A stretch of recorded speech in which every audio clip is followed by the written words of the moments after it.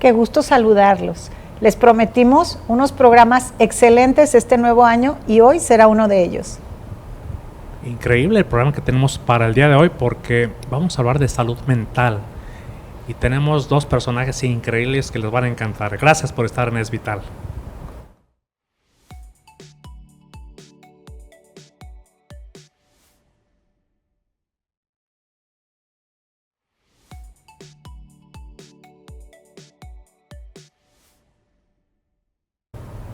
Y bueno, para mí esta tarde es un gusto saludarlos, presentarles a dos excelentes médicos que tenemos con nosotros en el tema de salud mental y que además, bueno, conocemos de mucho tiempo. Nos da gusto saber que viene gente muy experimentada a platicarnos de temas tan interesantes. Doctor Sergio Armando Covarrubias Castillo, jefe del Servicio de Psiquiatría del antiguo Hospital Civil de Guadalajara, Fray Antonio Alcalde. Doctor, bienvenido. Muchas gracias por la invitación. Doctor Miguel Ángel Flores Tinajero, él es jefe del Servicio de Paidopsiquiatría del antiguo Hospital Civil de Guadalajara, Fray Antonio Alcalde.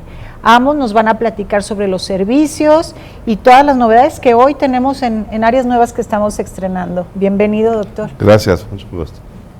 Que es un gusto tenerlos aquí. La salud mental, bueno, es muy representativa, muy importante porque pues yo creo que es básico estar bien. De repente hablamos, puedes tener recursos, puedes tener muchas, pero si no tienes salud mental, ahí está la base de todo. Inclusive muchas enfermedades, pues la base es la mente, ¿no? Decían antes, mente sana en cuerpo sano, algo tiene que ver, ¿no? Sí. Pero fíjate que pues hemos visto y hemos platicado cómo de repente la pandemia marcó un antes y un después, cómo la gente se empezó a conocer realmente y cómo afloraron muchas cosas en salud mental, cómo se han incrementado o hemos diagnosticado de otra manera o no se diagnosticaban muchas situaciones como ansiedad, depresión, y bueno, ahora tenemos en adultos y en niños especialistas en la materia y la Secretaría de Salud pues va a la vanguardia con esto, hospitales civiles, Universidad de Guadalajara. ¿Qué tenemos de novedades? Vamos empezando por los pequeños, ¿no? Sí, claro. Tenemos de novedades en pediatría, paidopsiquiatría. Sí, bueno, buenas tardes. La salud mental en las niñas, niños y adolescentes pues se inicia desde que lo invitamos a este planeta a formar parte de nuestra sociedad. Una madre, un padre, un tutor que invita a un niño debe de estar preparado desde tiempo antes de manera física y de manera mental para recibir a este niño. No haber usado tóxicos como drogas, tabaco o alguna sustancia que vaya a lastimar el desarrollo embrionario de un niño, ya que muchos de los problemas del desarrollo o de los trastornos del neurodesarrollo se van a deber a situaciones ambientales y a situaciones que los padres no se hayan preparado. Ya después de eso, que ya lo invitamos, lo planeamos, lo deseamos, o lo aceptamos, que sería la parte final de un ser humano, lo acompañamos a su desarrollo. Desarrollo, pues, en el aspecto donde hay cambios desde que se nace hasta que se muere, y ejerce ahí la madurez, empieza a presentar el niño o la niña todo un suceso normativo que nos va a dar las pautas para poder conocerle que todo vaya bien. Obviamente lo sensorial, lo motor, lo socioafectivo van a estar de la mano en un desarrollo sano de una niña y un niño. Y lo valioso que hemos estado trabajando en el hospital con la niñez es poder detectarlos entre más pequeñitos, es mejor, porque tienen mejor pronóstico. Obviamente los cambios de conducta que un ser humano va a tener en etapas de desarrollo va a ser crucial para poder atenderle o llevarle tempranamente a un niño. Actualmente se inicia esto con los pediatras, con las pediatras desde temprana edad, en conjunto, para cuando ellos notan algún problema de desaceleración de su desarrollo o un problema en la vida social que no tiene que ver con la parte del modelo de la pediatría, hacer la canalización con un paidopsiquiatra para poder ayudar y acompañar a esta familia. Regularmente los niños llegan con nosotros en etapas más escolares, como de primaria, y ya actualmente empiezan a llegar más en etapas preescolares. Raros son los que llegan de 2 años, pero la idea es que puedan llegar desde etapas más tempranitas, que empiecen a detectar las madres problemas, por ejemplo, de llantos frecuentes, que dejan de llevar un crecimiento adecuado, que empiecen a tener problemas en alimentación, que los niños pareciera que no tienen contacto con nosotros, que su conducta es más disruptiva o inquieta o desatenta o hiperactiva, o que si ya llega a algún tipo de estancia o preescolar, que también empiece a haber ahí manifestaciones que vayan a llamar la atención en este niño o en esta niña y que puedan tener problemas. Obviamente, la etapa de desarrollo nos va a marcar ciertas diferencias en situaciones de los problemas. Un adolescente va a tener su propia problemática, un niño de primaria o una niña de primaria va a tener sus propias problemáticas, pero las mamás o los papás que puedan ver o identificar cambios de conducta habitual en su niño de 1, 2 o 3 semanas, es urgente que lo atendamos. La salud mental de los niños va de la mano de los cuidadores primarios, de tal manera que muchas veces el problema de un niño, y lo tenemos que decir, o de una niña, tiene que ver mucho con su ambiente familiar. Si los niños tienen problemas en la crianza con una mamá que tiene algún problema de salud o un papá que tiene algún problema de salud y no lo ha identificado, puede ser un problema mayor para esta criatura, para este niño o esta niña en su desarrollo.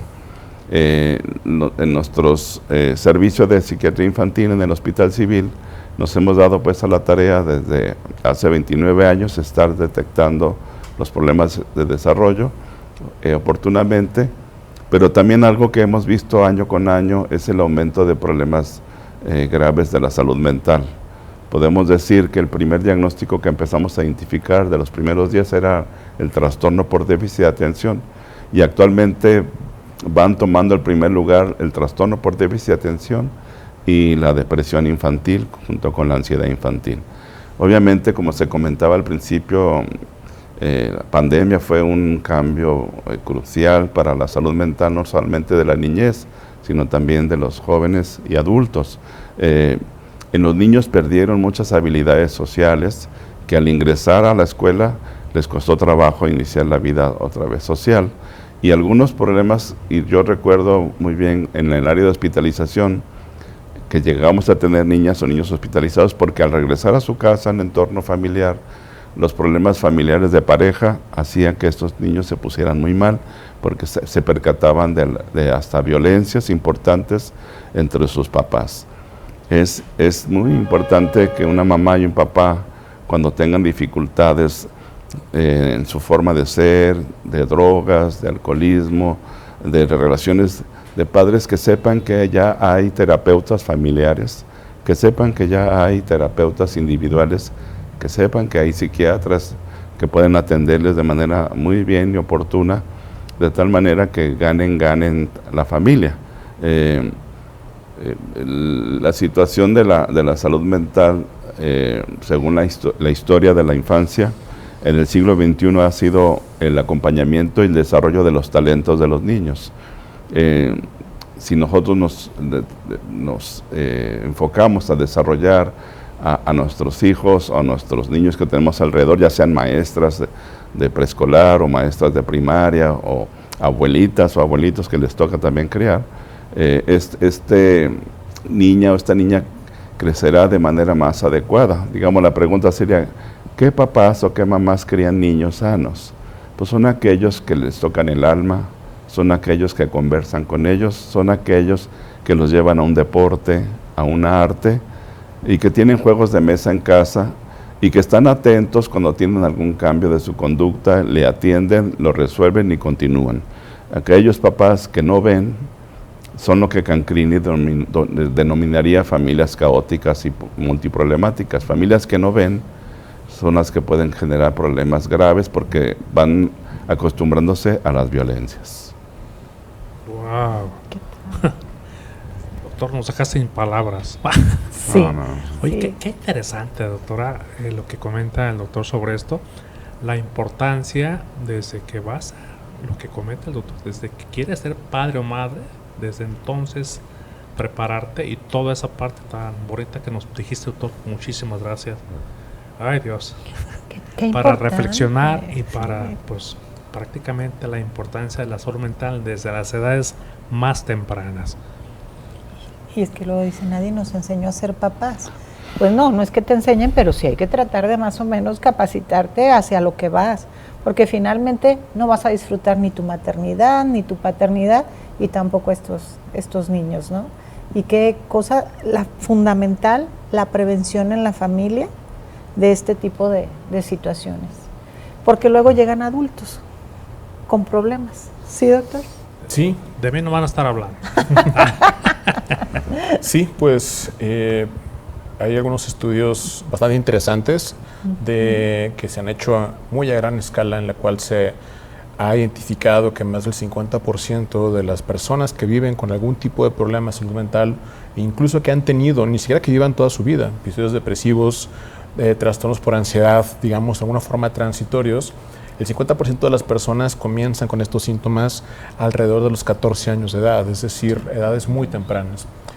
El problema de salud mental ya no es un problema solamente de psiquiatra, psicólogo, es un problema de salud pública.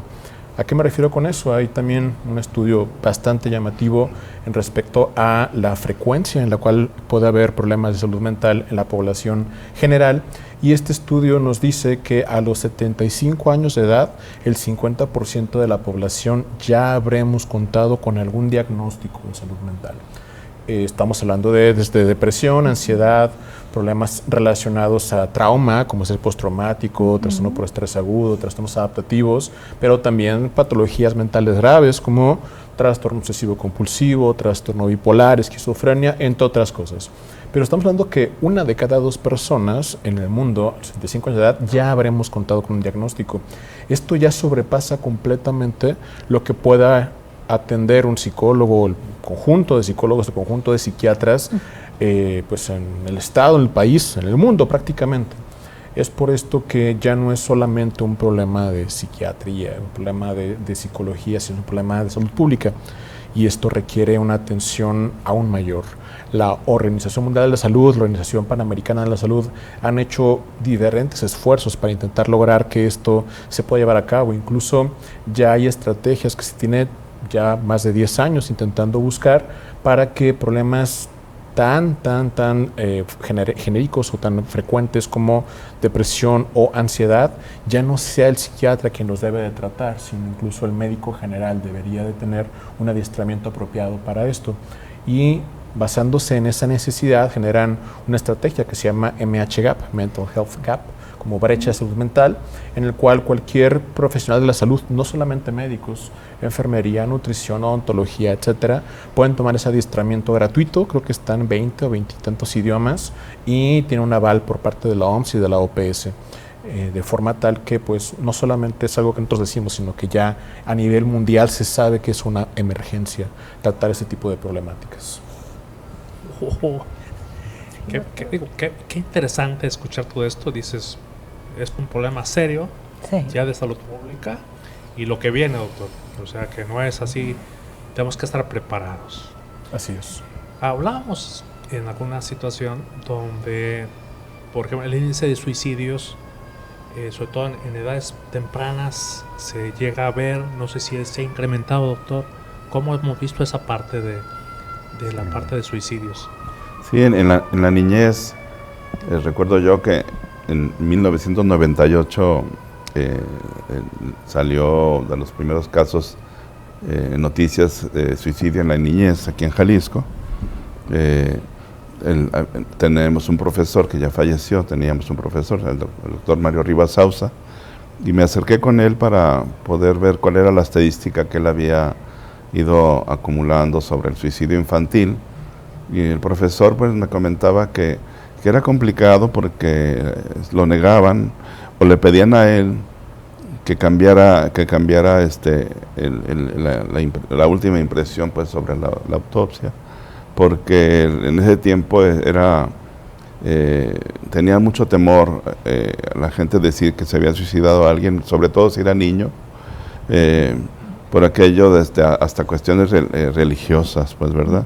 Y así pues decían cualquier otra cosa y es difícil poder tener una estadística clara y creo que hasta la actualidad que se ha perdido tantos tabús, tantos temores sobre el suicidio, tantas creencias, se pueda tener ya un poco más de estadística sobre el suicidio a nivel de INEGI, podemos buscar las cifras, pero en el caso de nosotros que empezamos a caminar con este proceso, recuerdo yo que los primeros casos de suicidio eran en los padres de los niños y era muy traumático recibir a esos niños que venían con una situación grave de suicidio.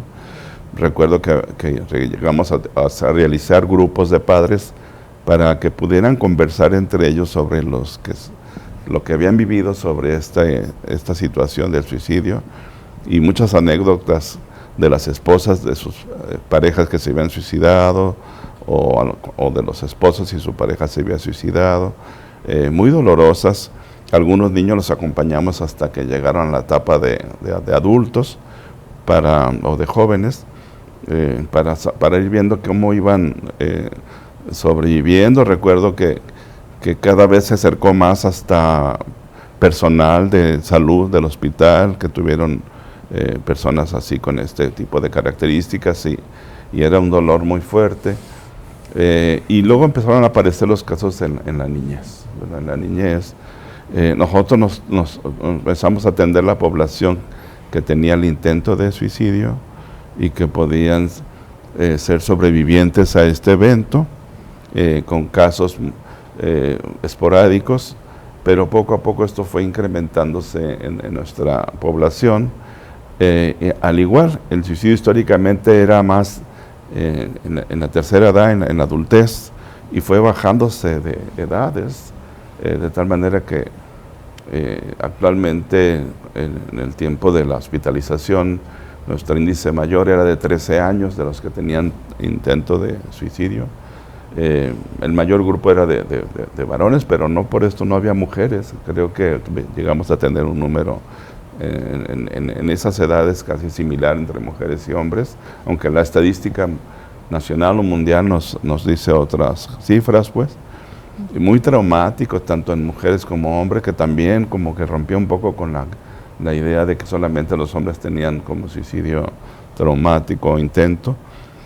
Algunos muy graves, la experiencia que habían tenido, y llegamos a tener, me acuerdo ahorita, una jovencita de 14 años que sí logró el cometido de suicidarse, y quisiera compartir la anécdota de este caso, porque este caso no solamente era una situación vivida en el tiempo de su edad, sino era una situación que ella había vivido desde pequeñita. Abusos, maltratos, no solamente en el hogar, sino en la escuela, en la comunidad, y que llegó a hacer que tenía esa idea. También había una situación que le llamamos sociosanitaria, dificultades en la vivienda, en la casa, de drogadicción, de violencias, de enfermedades, no nomás en un miembro, sino más de 2 miembros de la familia, y familias que difícilmente veían el problema. La llegamos a tener hospitalizada, y en atención a la familia teníamos un programa de terapia familiar. Con la pandemia este programa paró, pero sí lo tuvimos ahí, y de tal manera de ayudar a esta familia, pero desgraciadamente era una situación muy caótica. Yo creo que muchos de los casos que se consuman suicidio son situaciones muy complicadas en el entorno familiar. En este caso así pasó. Y comentarles que los otros casos han tenido muy buenas respuestas a encontrarle sentido a la vida, que ese es el problema de este siglo, el vacío, el perder el sentido de la vida, y sobre todo en etapas de adolescentes. Y en niños, recuerdo el caso más pequeño que tuvo tentativa suicida, que se colgó, es de 5 años. Llegamos a tener casos de 5 años graves, y muchos de los que llegan a nuestra consulta están en esa etapa donde no lo han intentado. Estos los que les menciono son de los que lo han intentado, a realizar. Actualmente se dice que 3 adolescentes lo podrán consumir de 10, este tipo de fenómeno, pero con nosotros empezó a aumentar la estadística hasta tener hasta 200 o 300 casos de personas que tenían este tipo de espectro en niños menores, posiblemente en adolescentes mayores en el área de adultos. Con el doctor Sergio hay más casos, ¿no? Pero nosotros hablamos de pequeños de 14 años, 13 años, que era la etapa de índice mayor, y la mayoría de casos, lo que veíamos como antecedor de esto era depresión, problemas de violencias física, sexual, emocional y psicológica, es lo que veíamos, el acoso escolar, problemas de redes sociales, situaciones graves que empezaban a tener contactos violentos en redes sociales. De hecho, nosotros sugerimos que un niño no tenga un móvil, un iPad, hasta después de los 15 años de edad, ¿no? O que esté muy bien supervisado por adultos, la ansiedad, y había combinaciones, por ejemplo, tener problemas graves de escritura, lectura, depresión, impulsividad, que también era un cuadro típico en niños que tenían suicidio o intento de suicidio. Llegamos a tener esos casos. Cuando evaluábamos, encontrábamos lo que llamamos comorbilidad, donde solamente no era un diagnóstico. Actualmente son de los casos que vemos más en consulta externa, y ya con la reapertura del área de hospitalización seguramente vamos a empezar a volver a tener casos ahí. Muy bien, vamos a hablar de esto y más, que está muy interesante. Regresamos con ustedes en Es Vital, estamos en redes sociales también, y gracias por estar con nosotros desde el Canal Parlamento. Regresamos con ustedes.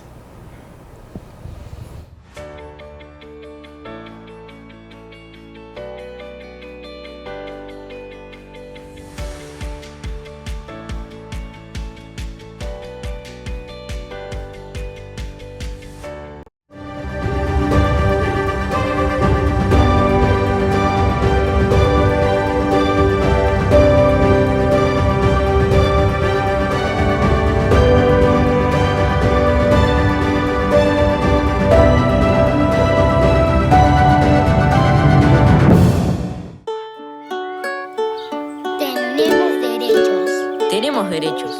Tenemos derechos.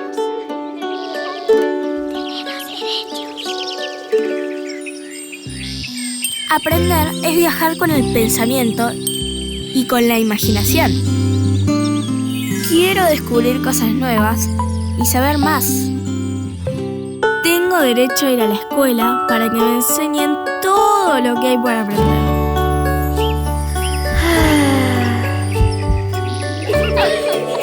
Este y todos nuestros derechos están escritos en la Convención sobre los Derechos del Niño. Si los conocemos, podemos reclamar que se cumplan.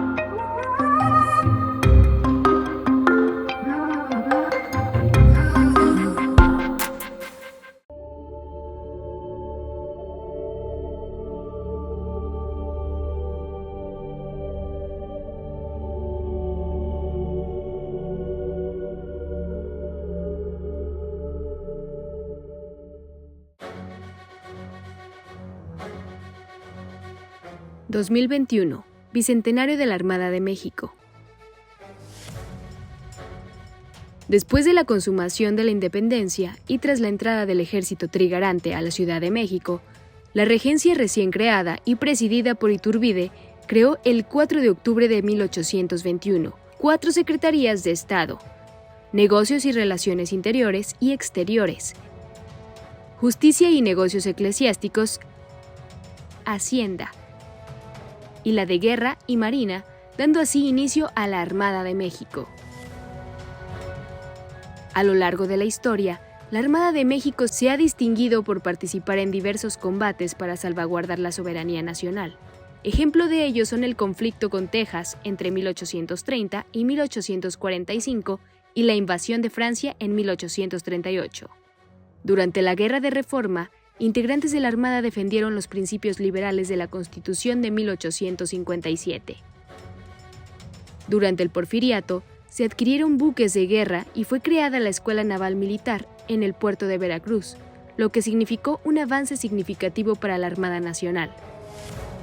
Conformada por unidades de superficie y aéreas, así como la Infantería de Marina, esta bicentenaria institución se ha consolidado por su labor de defensa exterior y por coadyuvar en la seguridad interior del país en el mar, el aire y la tierra. El decreto para incluir 2021, Bicentenario de la Armada de México, en las inscripciones en letras de oro del Congreso de Jalisco, fue publicado el 5 de octubre de 2021.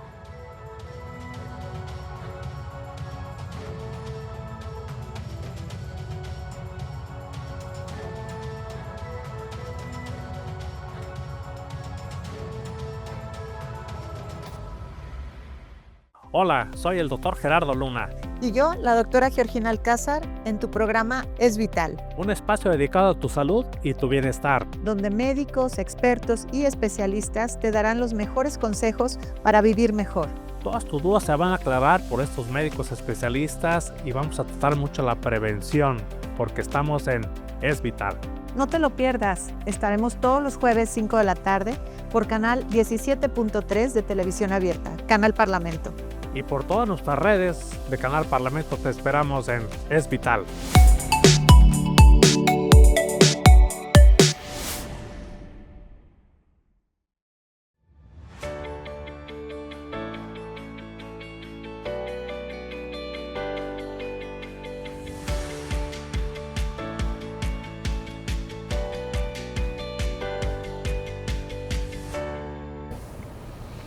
Pues como vieron, el programa está de verdad buenísimo, así que vamos a continuar. Doctor, mencionaban sobre el tema de los niños o de los pacientes pediátricos. ¿Hasta qué edad se considera un paciente pediátrico que pudiera acudir a atención a paidopsiquiatría? Fíjense que en el hospital donde nos formamos mucho, que es el Hospital Juan N. Navarro de la Ciudad de México, veíamos hasta los 18 años. Okay. Obviamente muchos pediatras hablan que hasta los 21 años, más o menos sería la edad. En el hospital históricamente pediatría se inició hace 106 años, el servicio de pediatría, y antes de eso los niños los veían los internistas. Cuando ya llegaron los primeros pediatras al Hospital Civil de Guadalajara, hace 106 años, hicieron la división de 15 años y de 15 años en adultos y de 15 años hacia abajo pediátrico. Okay. Como nuestro hospital es un hospital de 230 años, tiene como toda esa filosofía todavía y hasta hoy vemos hasta los 15 años por esa historia. Okay. Obviamente se está haciendo poco a poco, sobre todo en niños de trasplante, que ya se puedan ver hasta los 18 años para darles continuidad, y seguramente algún día el hospital tendrá que tener esos protocolos de llevarlos hasta los 18 años de edad, la etapa de pediátrica y de adolescentes. Bien. Afortunadamente, como unidad de psiquiatría y pediatría, pues hacemos este acompañamiento psiquiatría y paidopsiquiatría juntos y tenemos ese apoyo pues entre nosotros. Obviamente, posteriormente, si se llega a hacer esta modificación de edades, podríamos ya recibirlos más hasta los 18, pero hoy lo hacemos así.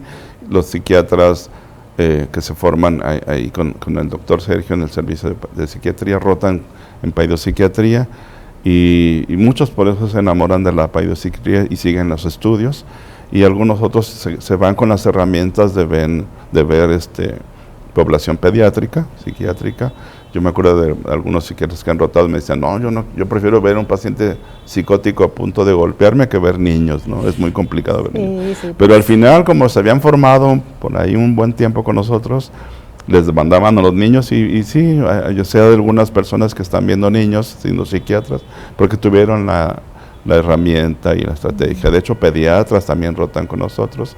Pero sería pues esa la edad que nosotros manejamos en el Hospital Civil. De seguro en otras áreas de aquí mismo de Guadalajara o de Jalisco tendrán la edad de los 18 años, ¿verdad? Nosotros hay una transición en caso de los pacientes donde cumplan más o menos estas edades, si ustedes consideran que ya será necesario pasarlo al área de adultos. Ahí a los 15 años, pues por la cuestión del hospital, por su filosofía y su estructura antigua, se va a los 15 años, obviamente con esta relación que tenemos, pues, ¿verdad? No, sí. Bueno, y jóvenes como nosotros, doctor, también, ¿no? Gracias.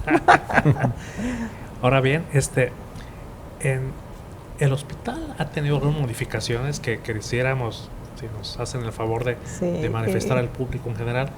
¿Cómo se ha modificado psiquiatría y pedopsiquiatría en el Hospital Civil? ¿Con qué contamos ahora? Porque hay novedades, doctor. Sí. Bueno, para empezar, la última remodelación real que tuvo el servicio de psiquiatría data de hace más de 85 años. Algo sobre la historia de psiquiatría, creo que es importante aclarar que desde hace 230 años que se abre el hospital, había pocas salas. Una de estas salas, la sala de San Rafael, si mal no recuerdo, era la sala que se consideraba de los enajenados mentales. ¿Qué significa esto? Psiquiatría es los servicios prácticamente fundadores del Hospital Civil de Guadalajara, lo cual hace una de las áreas de psiquiatría más antiguas a nivel nacional. Con el paso del tiempo se fue formalizando realmente el estudio. En aquel entonces no existía como tal servicio de psiquiatría y desde hace 80 y tantos años fue que hubo una última remodelación a la sala donde actualmente estamos en psiquiatría, ¿no? En el 2000, hace 3 años prácticamente, se comienza a hacer toda una... la gestión comenzó más tiempo atrás, hace como 5 años, y hace 3 años ya existe un cierre para comenzar la generación de un nuevo edificio para atender esta población con problemas de salud mental, y hubo un aumento significativo en la parte de adultos, de pasar a tener 13 camas solamente para tomamos en cuenta que es un hospital regional, no solamente se atienden pacientes de la zona metropolitana, sino a nivel estatal, incluso en estados circundantes del estado de Jalisco. 13 camas es nada prácticamente. No existe, de hecho, otro hospital en la región que ingrese incluso a pacientes con problemas de salud mental, que sea un hospital general. Esto es una parte importante, y pasamos a tener 13 camas a tener 38 camas actualmente, un crecimiento cerca del triple.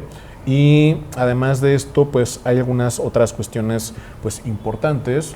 Ahorita el doctor platicará un poco más al respecto de la parte de pedopsiquiatría, pero también contamos con un espacio que anteriormente no contábamos, que es un área de terapia electroconvulsiva. Este tipo de terapia, que tiene mucha estigmatización clásicamente de mucho tiempo atrás, es uno de los estudios de los procedimientos más seguros que se pueden realizar para pacientes con patología mental grave agudizada, y que de hecho está indicada como primera línea de tratamiento en poblaciones específicas, como por ejemplo mujeres embarazadas que tienen una psicosis severa, ideación suicida persistente, depresiones resistentes al tratamiento. Es de los tratamientos más seguros, no solamente para mamá, sino para el producto. Entonces es importante contar con este tipo de procedimientos para favorecer que sean procedimientos e internamientos mucho más breves y que sean seguros tanto para el paciente como para el núcleo familiar.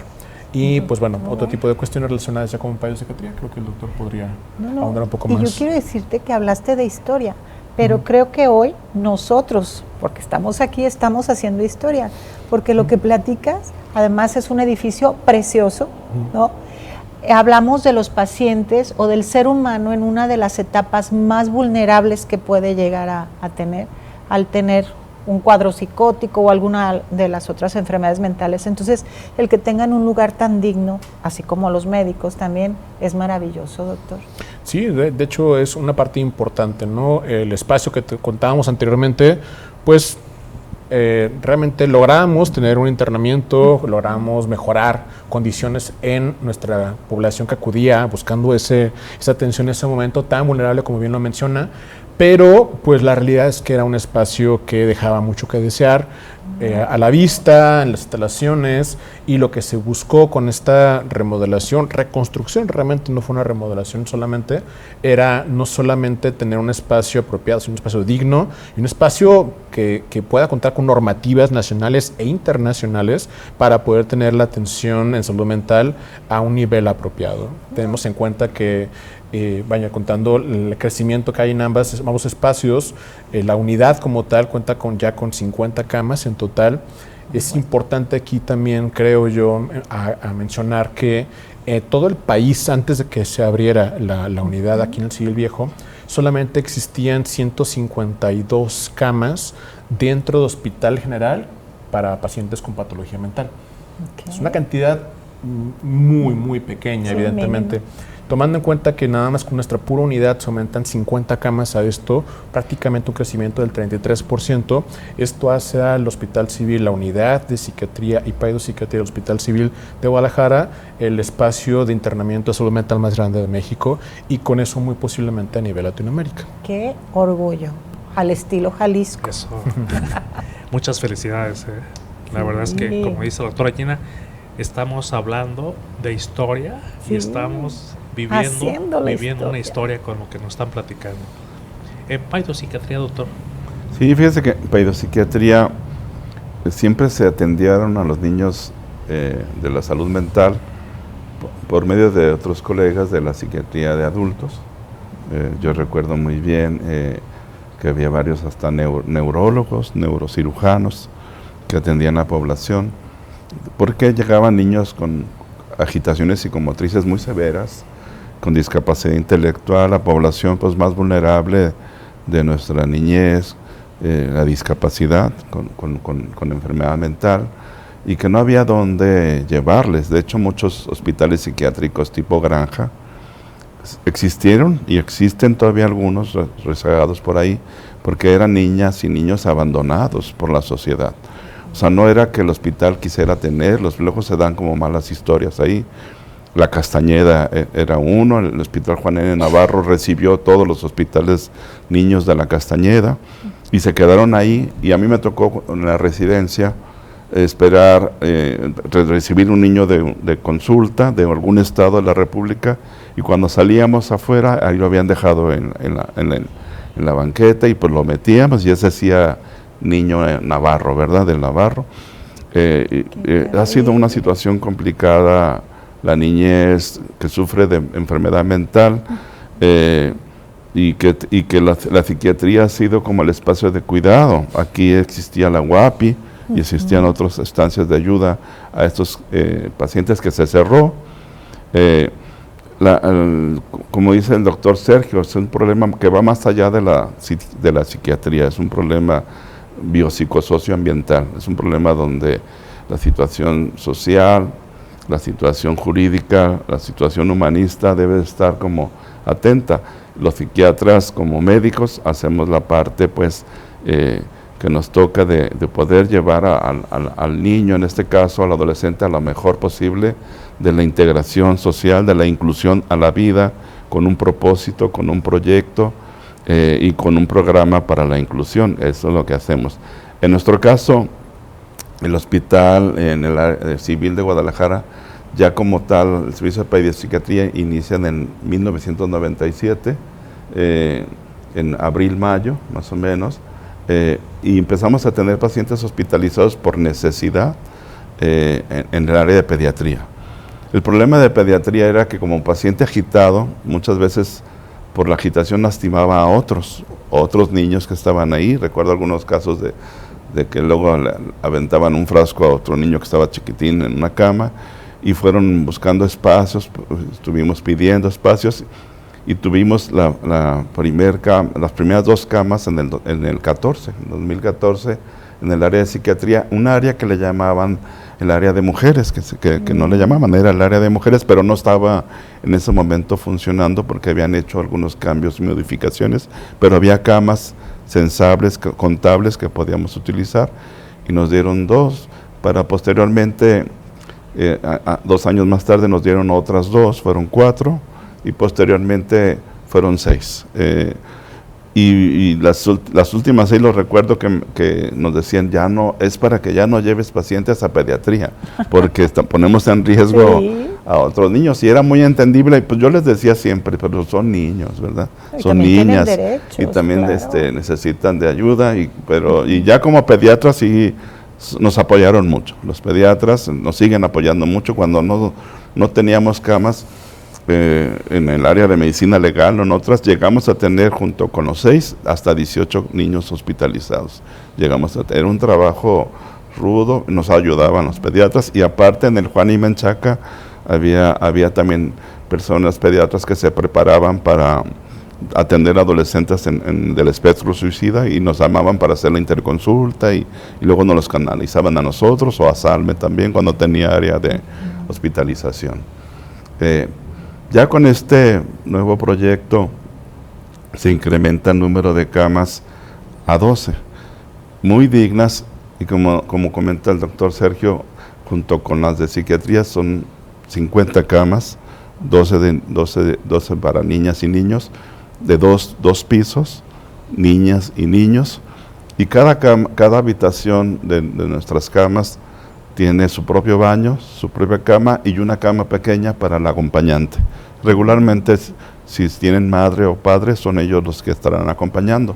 Pero como también atendemos muchos niños de casas hogares, generalmente pedimos a personas del DIF, algún custodio mismo del hospital o enfermería que vaya a cuidar a este niño, que aunque tenemos enfermeras o médicas o médicos que esté cuidándolos durante la noche o los fines de semana, también se requiere que haya un familiar. Entonces se llega a tener estas 12 camas. Tuvimos la experiencia de las 6 camas y teníamos siempre ocupado. Nuestras experiencias es que un adolescente de 14 años, 13 años, que son los que más hospitalizábamos, duran una semana, máxima 2 semanas. No es así como que lo vamos a atrapar en el hospital, como esas películas hollywoodenses, no es cierto, pues, sí. ¿Verdad?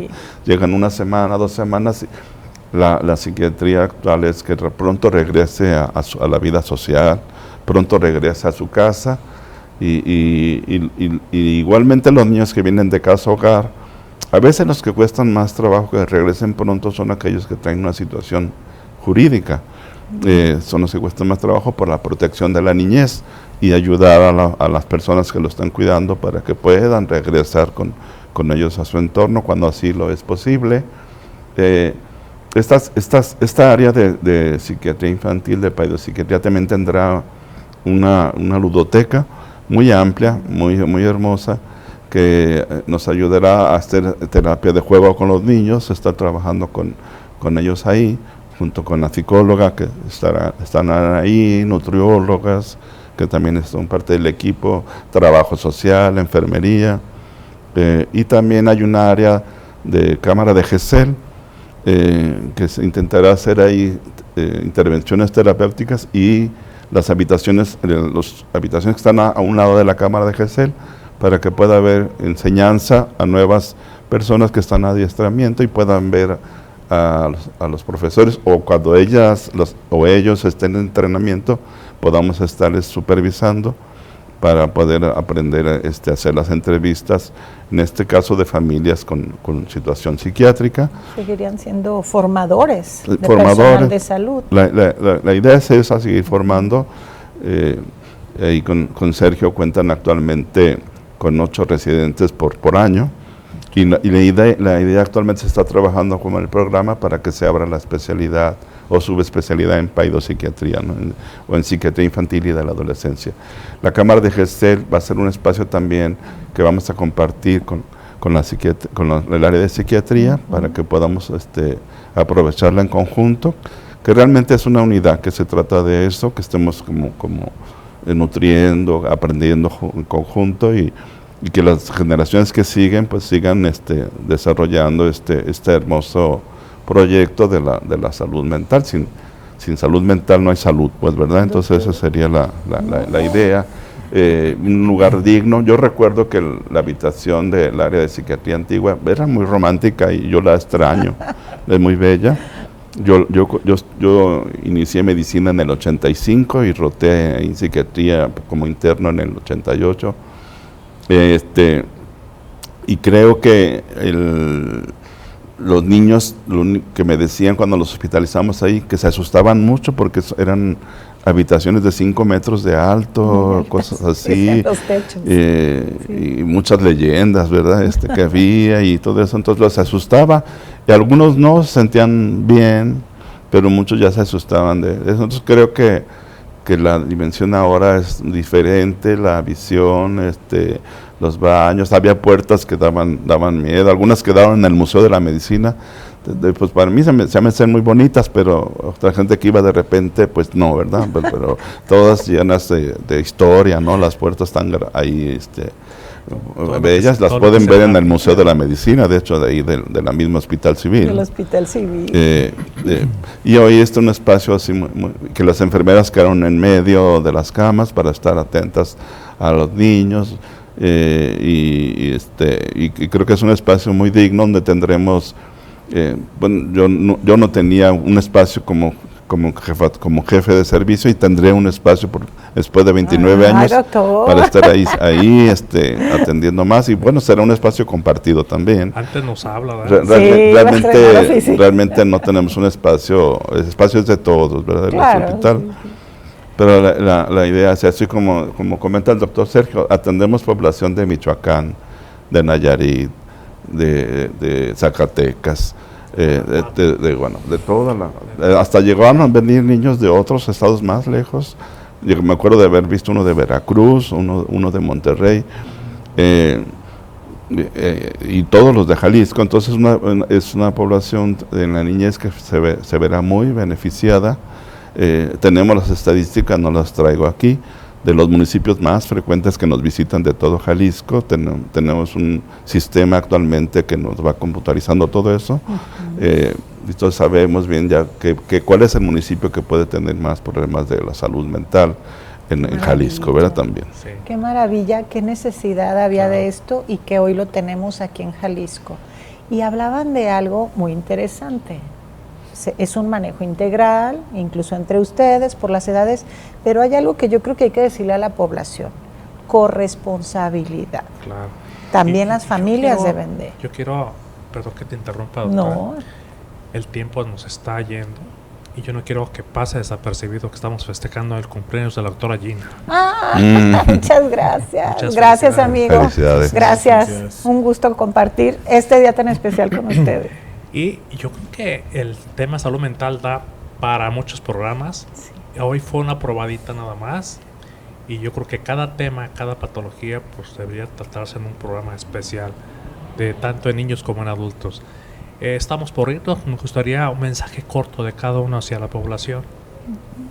Pues de la parte, pues, de la paidopsiquiatría, prepararnos cuando recibimos un niño, desde que vamos a ser padres, por todas las mujeres o hombres que desean tener un niño, o cualquier ser humano que quiera tener un niño, prepararnos para esto, mentalmente, físicamente, y ya que viene un niño, tener esta visión con ternura y mirada apreciativa hacia la niñez, estar atento de ir con su pediatra, y también estar atento de ir un paidopsiquiatra o un psicólogo infantil desde el primer año de vida, que es la etapa más importante. Actualmente estamos como profesores también de los programas de los primeros 1000 días de nacido de un niño, como para estar atento con las estancias infantiles. Vamos a dar un congreso en el mes que viene, como de tal manera que puedan facilitarse herramientas para detectar. Pero sería eso, tocar el alma de los niños,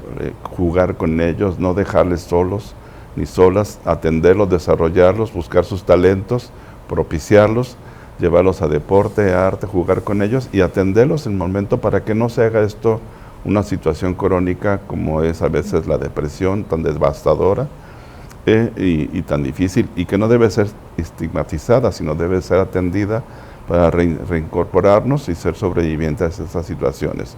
Sería por ahí. Muchísimas gracias, doctor Sergio.